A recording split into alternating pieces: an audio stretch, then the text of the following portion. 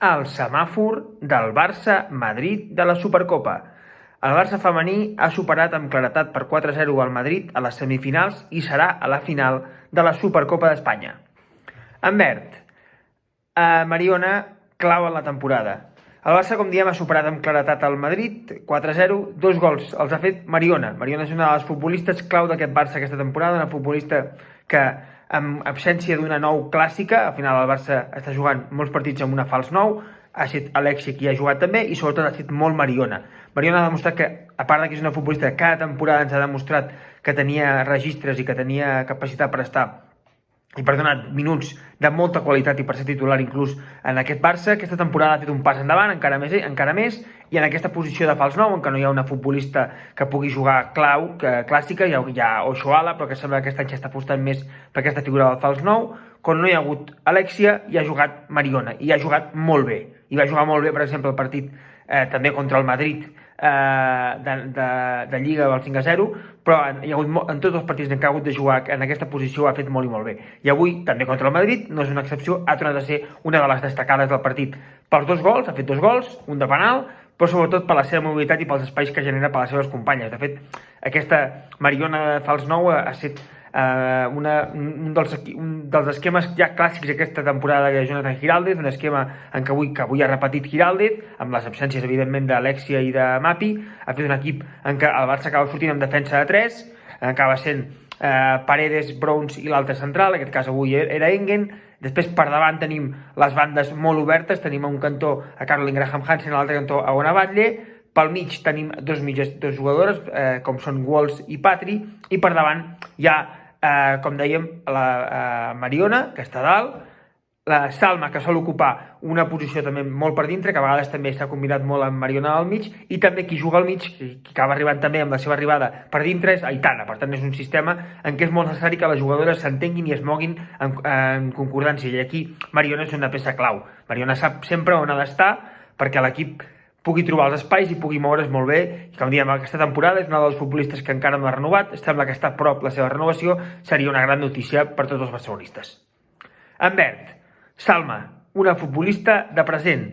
L'altra golejadora, doble golejadora. Si l'altre dia parlàvem de joves, parlàvem de Dragoni, parlàvem de Vicky, hem de parlar també de Salma, que és molt i molt jove, és insultantment jove, però ja és més que una promesa, ja sembla una realitat. Si la segona part de la temporada passada ja va ser com va fer un pas endavant Salma jugant d'extrem i també jugant en la posició de fals nou, aquesta temporada el seu salt és espectacular. És la màxima golejadora del Barça en totes les categories, en totes les competicions. Avui ha marcat 2 gols. Si no heu vist el primer gol que fa, que és el segon gol del Barça al partit, mireu-lo perquè és una autèntica meravella, és un control dins l'àrea en què es desfà de la defensa i fa un remat acompanyant la pilota excel·lent. El segon gol és, també si no heu vist el segon que fa, és molt més de nou, té bastanta sort, però en els 2 gols, sobretot en el primer, demostra que Salma és una futbolista que venia de fer atletisme. Alguns la podrien pensar que era una futbolista que corria molt només, i no, Salma corre molt perquè és una futbolista que té una velocitat extraordinària, però té una capacitat tècnica brutal. De fet, ja va ser una de les protagonistes, com diem també, contra el Madrid d'allò. Aquesta temporada està fent una temporada boníssima.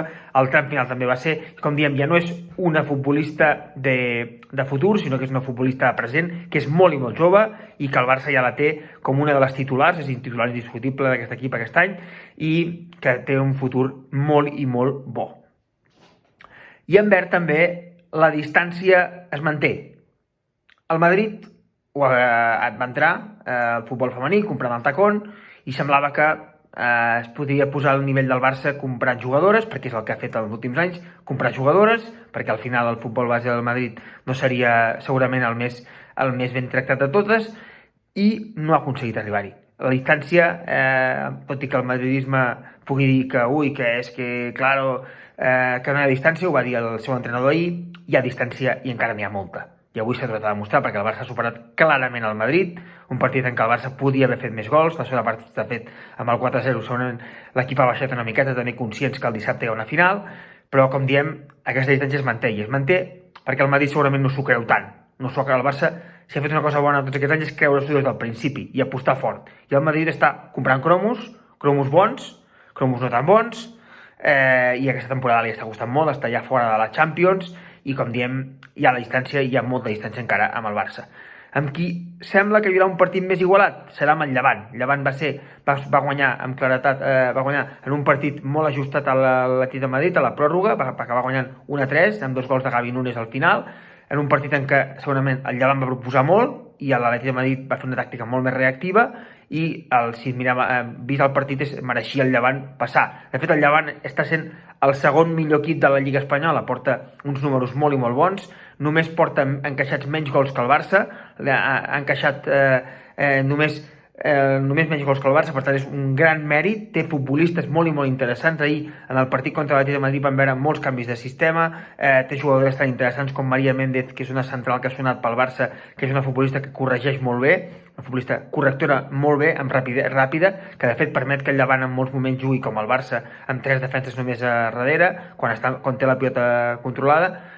També té un altre futbolista molt interessant com és Alba Redondo davant, com diem té Gavi Núñez, que va fer protagonista en 2 gols l'altre dia, té Ramírez, té també l'ex-blaugrana Andonova, per tant, un equip bastant complicat que segurament donarà més feina al Barça que la que volia donat al Madrid. Segurament aquesta final serà més disputada que el que avui ha estat aquesta semifinal.